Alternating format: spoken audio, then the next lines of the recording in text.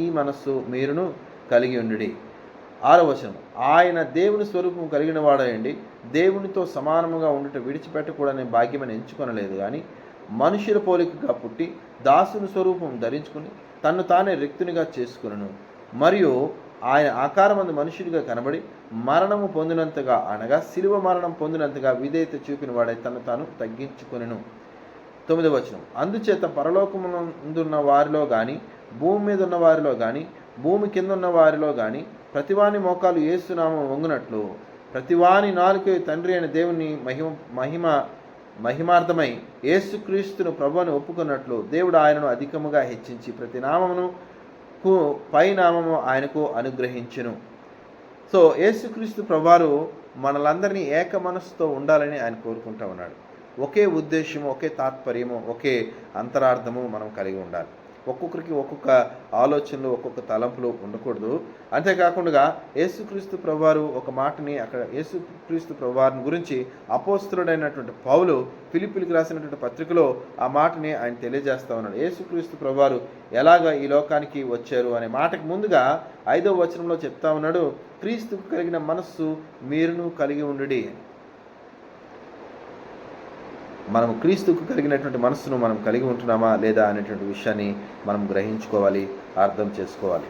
ఏంటి ఆ క్రీస్తుకు కలిగిన మనస్సు అని అంటే, ఆయన దేవుని స్వరూపం కలిగిన వాడనండి, దేవునితో సమానంగా ఉండుట విడిచిపెట్టకూడని భాగ్యమని ఎంచుకొనలేదు, మనుష్యుల పోలికగా పుట్టి దాసుని స్వరూపం ధరించుకుని తన్ను తానే రిక్తునిగా చేసుకుని, రిక్తునిగా అంటే తను తాను కంప్లీట్గా తనకున్నటువంటి మహిమను, తనకున్నటువంటి తేజస్సును, తనకున్నటువంటి ఆ యొక్క మంచి సౌభాగ్యకరమైనటువంటి స్థితిని, స్థానాన్ని మన కొరకు విడిచిపెట్టి ఈ లోకానికి ఆయన రావడం జరిగింది. ఆ యొక్క విషయాన్ని మనం అర్థం చేసుకోవాలి. మనము దేనిని విడిచిపెట్టుకుంటున్నాము, మనం దేన్ని ఖర్చు పెట్టుకుంటున్నాము, దేన్ని మనం నష్టపరచుకోగలుగుతున్నాము, క్రీస్తు కొరకు మనం ఏమైనా చేయగలుగుతున్నామా, క్రీస్తు కొరకు మనం ఏదైనా వదులుకోగలుగుతున్నామా అనేటువంటి విషయాలు మనము గ్రహించుకోవాలి. క్రీస్తులో ఉంటున్నామని చెప్తారు, సీరియల్కి పడి ఏడుస్తారు. సీరియల్ ప్రభు దగ్గర ప్రార్థన చేయండి, మోకరించంటే ఒక్క 5 నిమిషాలు కూడా ప్రార్థన చేయడానికి రాదు. 5 నిమిషాలు ఎందుకు, 2 నిమిషాలు గట్టిగా ప్రార్థన చేస్తే గొప్ప. మరి ఏది క్రీస్తు కొరకు నువ్వు ఏది వదులుకున్నావు? సీరియల్ వదులుకోము, సినిమాలు వదులుకోము, మరి ఈ లోకంలో ఉన్నటువంటి దారిద్ర్యాన్ని అంతటిని వదులుకోము, కానీ క్రీస్తు ఇచ్చేటువంటి ఐశ్వర్యం మాత్రం మనకు కావాలని మనం కోరుకుంటూ ఉంటాం. ఒక విషయాన్ని మనం అర్థం చేసుకోవాలి. ఒకటి కావాలి, మంచిది కావాలనుకున్నప్పుడు చెడుది వదులుకోమంటానన్నాడు దేవుడు. మంచిది కావాలనుకున్నప్పుడు చెడుని వదులుకోమని దేవుడు చెప్తా ఉన్నాడు. కాబట్టి ఆ యొక్క విషయాన్ని మనం గ్రహించుకోవాలని నేను ప్రభు పేట కోరుతా ఉన్నాను. క్రీస్తుకు కలిగినటువంటి మనస్సు మనము కూడా కలిగి ఉండాలి. అటువంటి మనస్సును మనం కలిగి ఉన్నామా? ఇతరుల ప్రయాసలో, ఇతరుల బాధలో, ఇతరుల వేదనలో మనము సహభాగస్తులంగా ఉండి వారికి సహాయము చేయటానికి, అవసరమైతే మనం ఏదైనా నష్టపోవడానికి ఇష్టపడుతున్నామా అనేటువంటి విషయాన్ని మనం గ్రహించుకోవాలి. ఎందుకంటే యేసుక్రీస్తు ప్రభువారు దాసుని స్వరూపమును ధరించుకొని ఈ లోకానికి వచ్చి మన కొరకు మరణించడానికి ఆయన వచ్చాడు. అది క్రీస్తు మనస్సు. మరి మనము ఎటువంటి మనస్సును మనం కలిగి ఉంటున్నామో ఆ యొక్క విషయాన్ని మనము గ్రహించుకోవాలి. హల్లెలూయా. అంతేకాకుండా ఫిలిప్పీలకు రాసిన పత్రిక 3వ అధ్యాయము 3వ వచనం నుంచి కూడా అదే మాటని మాట్లాడుతూ ఉన్నాడు అపోస్తలుడైన పౌలు. యేసుక్రీస్తు ప్రభువారి దగ్గర నుంచి అపోస్తలుడైన పౌలు నేర్చుకున్నాడు, అది తన జీవితంలో అవలంబించాడు. అది తన జీవితంలో అవలంబించడమే మాత్రమే కాకుండా ఇది నా యొక్క బ్రతుకు విధానం అని చేసి చూపించాడు. ఏంటి అని అంటే, అక్కడ ఫిలిప్పీలకు రాసిన పత్రిక 3వ అధ్యాయము 3వ వచనం నుంచి నేను మీ కొరకు చదువుతాను. ఎందుకనగా శరీరమును ఆస్పాదన చేసుకొనక దేవుని యొక్క ఆత్మ వలన ఆరాధించి క్రీస్తునందు అతిశయపడుచున్న మనమే సున్నతిని ఆచరించువారు. కావాలనంటే 4వ వచనము 3వ అధ్యాయము, కావాలనంటే నేనును శరీరమును ఆస్పదం చేసుకుని వచ్చును, మరి ఎవడైనా శరీరమును ఆస్పదం చేసుకున్న దలచిన ఎడల నేను మరి ఎక్కువగా చేసుకుని వచ్చును. 8వ దినమున సున్నతి పొందితిని, ఇశ్రాయేలు వంశపు వాడనై బెన్యామీను గోత్రంలో పుట్టిన హెబ్రీయుల సంతానమై హెబ్రీయుడనై, ధర్మశాస్త్రము విషయం పరిచయుడనై, ఆసక్తి విషయమై సంఘమును హింసించువాడనై, నా ధర్మశాస్త్రం వలన నీతి విషయమై అనిందుడనై ఉంటిని. ఆయనను 7వ వచనము, ఆయనను ఏవేవి నాకు లాభకరములై ఉండినో వాటిని క్రీస్తు నిమిత్తము నష్టముగా ఎంచుకుంటుని అని ఆ మాటని ఆయన మాట్లాడుతూ ఉన్నాడు. 9వ వచనంలో, క్రీస్తును సంపాదించుకుని ధర్మశాస్త్రం మూలమునైన నా నీతిని గాక క్రీస్తునందు విశ్వాసం వలనైన నీతి, అనగా విశ్వాసమును బట్టి దేవుడు అనుగ్రహించి నీతి గలవాడినై ఆయన అగ్గుపడి నిమిత్తము ఏ విధము చేతనైనను మృతుల్లోండి నాకు పునరుద్ధానం కలగవాలని ఆయన మరణ విషయంలో సమాన అనుభవం గలవాడనై ఆయన పునరుద్ధాన బలమును ఎరుగు నిమిత్తము ఆయన శ్రమలలో పాలువాడినట ఎట్టిదో ఎరుగు నిమిత్తము సమస్తమును నష్టపరుచుకుని వాటిని పెంటతో సమానంగా ఎంచుకుంటున్నాను అని రాస్తా ఉన్నాడు. ఏ విధం చేతనైనా క్రీస్తులో నేను పునరుద్ధానం పొందుకోవాలి. ఏ విధము చేతనైనా ఏమేమి వద్దనుకుంటాడో ప్రభు, అవన్నీ కూడా నాలో కూడా వద్దు.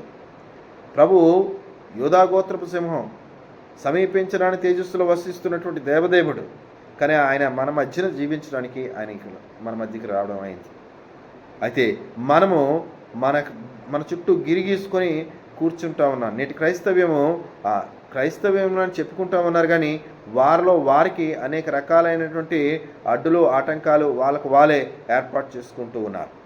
కాబట్టి అటువంటి అడ్డులు ఆటంకాలు ఎలాగైతే యేసుక్రీస్తు ప్రభువారు వాటన్నింటినీ కూడా విడిచిపెట్టుకొని మన మధ్య జీవించి మనకు ఒక మార్గాన్ని ఏర్పాటు చేసి ఆ మార్గంలో ముందు తాను వెళ్ళి ఆ యొక్క మార్గంలో మనల్ని ఆహ్వానించినటువంటి యేసుక్రీస్తు ప్రభువారి యొక్క విధి విధానాన్ని మనం అనుసరించినప్పుడు మనం క్రీస్తు కలిగి ఉన్నటువంటి మనస్సును మనం కలిగి ఉన్న వారంగా మనము దేవుడు లెక్కిస్తాడు. ఎవరైతే యేసుక్రీస్తు ప్రభువారికి కలిగి ఉన్నటువంటి మనస్సు కలిగి ఉంటారో వారు మాత్రమే దేవుని యొక్క పిల్లలు అవుతారు. అదే యొక్క విషయాన్ని మనం గ్రహించుకోవాలి. అంతేకాకుండా ప్రతి విషయంలో కూడా మనము ఆ యొక్క దేవుని యొక్క పద్ధతిని, క్రీస్తు యొక్క పద్ధతిని మన జీవితాల్లో అనుభవించేటువంటి వారంగా ఉండాలి. యేసుక్రీస్తు ప్రభువారు అక్కడ వారికి తెలియజేస్తూ మత్తయి రాసిన సువార్తలోని అక్కడ 11వ అధ్యాయంలో 29వ వచనంలో ఆ మాటని ఆయన చెప్తా ఉన్నాడు. 11వ అధ్యాయము 29వ వచనంలో ఆ మాటని ఆయన రాస్తా ఉన్నాడు. ఏంటి అనంటే, నేను సాత్వికుడును దేన మనసు గలవాడును గనుక మీ మీద నా కాడి ఎత్తుకొని నా యొద్ద నేర్చుకునండి, అప్పుడు మీ ప్రాణములకు విశ్రాంతి దొరుకును. ఎలానగా నా కాడి సులువుగాను నా భారము తేలికగాను ఉన్నవి అని అంటా ఉన్నాడు. ఆయన సాత్వికుడు, అదేవిధంగా దేన మనసు గలవాడు కనుక మన మీద ఆయన కాడిని ఎత్తుకోవాలని ఆయన చెప్తా ఉన్నాడు. కాడి అంటే ఈ సమయంలో నాకు ఇంకొక విషయం గుర్తొస్తూ ఉంది. గలతీయులకు రాసిన పత్రిక 5వ అధ్యాయంలో కూడా 1వ వచనంలో కూడా ఆ మాటని ఆయన మాట్లాడుతూ ఉన్నాడు. గలతీయులకు రాసిన పత్రిక 5వ అధ్యాయము 1వ వచనంలో ఆ మాటను మాట్లాడుతూ ఉన్నాడు. ఈ స్వాతంత్రము అనుగ్రహించిన క్రీస్తు మనలను స్వతంత్రంగా చేసి ఉన్నాడు కాబట్టి మీరు స్థిరముగా నిలిచి మరలా దాస్యమైన కాడి కిందకి చిక్కుకొనకుడి అనేటువంటి మాటని ఆయన తెలియజేస్తూ ఉన్నాడు. చాలాసార్లు కులాలను అనుసరించినప్పుడు, జాతులను అనుసరించినప్పుడు, లేదంటే వర్గభేదాలు మనం అనుసరించినప్పుడు మనము ఇంకా మరలా ఆ దాస్యమనే కాడి కిందకే వెళ్తున్నట్లు. పాత నిబంధన కాలంలో వర్గభేదాలు ఉండేవి, కానీ యేసుక్రీస్తు ప్రభువారిలో మనమందరము ఒకటే అనేటువంటి విషయము మనం ఎప్పుడైతే గ్రహిస్తామో అప్పుడు మనము క్రీస్తు మనస్సును కలిగిన వారు. అసలు ఎప్పుడు మనం అది గ్రహిస్తామంటే, ఎవరికైతే క్రీస్తు మనస్సు కలిగి ఉంటారో వారే ఆ యొక్క పనులు చేయగలుగుతారు. అందరూ సమానము అని ఎవరు ఎంచగలుగుతారు అని అంటే, జాతి మత కుల వర్గ వర్ణ లింగ భేదాలు ఏమీ లేకుండా మనమందరం ఒకటి అని ఎవరు ఎంచగలుగుతారంటే, ఎవరికైతే యేసుక్రీస్తు ప్రభువారి మనస్సు ఉంటుందో వారు మాత్రమే ఆ యొక్క విధముగా ఆలోచన చేయగలుగుతారు. ఆ యొక్క విషయాన్ని మనం అర్థం చేసుకోవాలి. అంతేకాకుండా ఆ యొక్క విషయాన్ని అపోస్తలుడైన పౌలు బాగా గ్రహించుకున్నాడు. అందును బట్టి తనకి ఏమేమి లాభకరములో, ఏమేమి పేరు ప్రతిష్టలు తెచ్చిపెడతాయో వాటన్నిటినీ కూడా క్రీస్తు కొరకు నష్టముగా ఎంచుకుంటా ఉన్నాడు, పెంటగా ఎంచుకుంటా ఉన్నాడు. మనం దేన్ని పోనిస్తున్నాము? ఈరోజున క్రైస్తవులుగా పిలువబడుతున్నటువంటి చాలామంది ఈర్ష్యాద్వేషాలు పోగొట్టుకోరు, ఏమండి, పగలో ప్రతీకారాలు పోగొట్టుకోరు. అంత నష్టపోయినటువంటి గ్రహం స్టెయిన్స్ భార్య గారు ఎలాగైతే చెప్పారో, ఈ రోజున ఈ వారంలో చనిపోయినటువంటి ప్రవీణ్ పగడాల గారి యొక్క సతీమణి గారు కూడా, వారి యొక్క కుమార్తె కూడా అదే మాట చెప్తా ఉన్నారు. ప్రభువు మమ్మల్ని ప్రేమించమని చెప్పారు, అలాగే మేము కూడా ప్రేమిస్తూ ఉన్నాం. మా భర్త గారు అయినటువంటి ప్రవీణ్ పగడాల గారు అందరినీ ప్రేమిస్తూ ఉండేవాడు, అందరి పట్ల దయ చూపిస్తూ ఉండేవాడు. అదే విధానాన్ని మేము కూడా పాటిస్తున్నాము అని. అన్నీ కలిగి ఉన్నప్పుడు అందరూ ప్రేమిస్తారు, అన్నీ నష్టపోయి కూడా ప్రేమించు, అది నీవు క్రీస్తు మనసు కలిగి ఉన్నట్టు. ఏ లాభము పొందనప్పుడు క్రీస్తుని వెంబడించు, అన్నీ నష్టపోయి కూడా నీవు క్రీస్తుని సంపాదించుకోవడానికి నువ్వు ఇష్టపడినట్లయితే, క్రీస్తుని అనుసరించడానికి నువ్వు ఇష్టపడినట్లయితే, అప్పుడు నువ్వు క్రీస్తు మనసును కలిగి ఉన్నట్టు. చాలామంది ఈ రోజున ఉపవాసాలని చాలామంది రకరకాల ఉపవాసాలు చేస్తూ ఉంటారు. దేనికి అని అంటే వారు ఏమేమో పద్ధతులు చెప్తారు, కానీ నిజానికి ఉపవాసం చేయడం వల్ల ఏమవుతుందంటే శరీరము శుష్కించిపోతుంది, శరీరం బలహీనపడుతుంది కదా.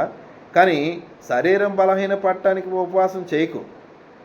ఉన్నటువంటి యాక్చువల్గా సైన్స్ ఏం చెప్తా ఉందంటే, ఉపవసించినప్పుడు శరీరంలో ఉన్నటువంటి కొవ్వు కరుగుతుంది, శరీరంలో ఉన్నటువంటి కొలెస్ట్రాల్ ఇలాంటి వేస్ట్ పదార్థాలన్నీ కూడా కరిగిపోతాయి, అవి పోతాయి కదా.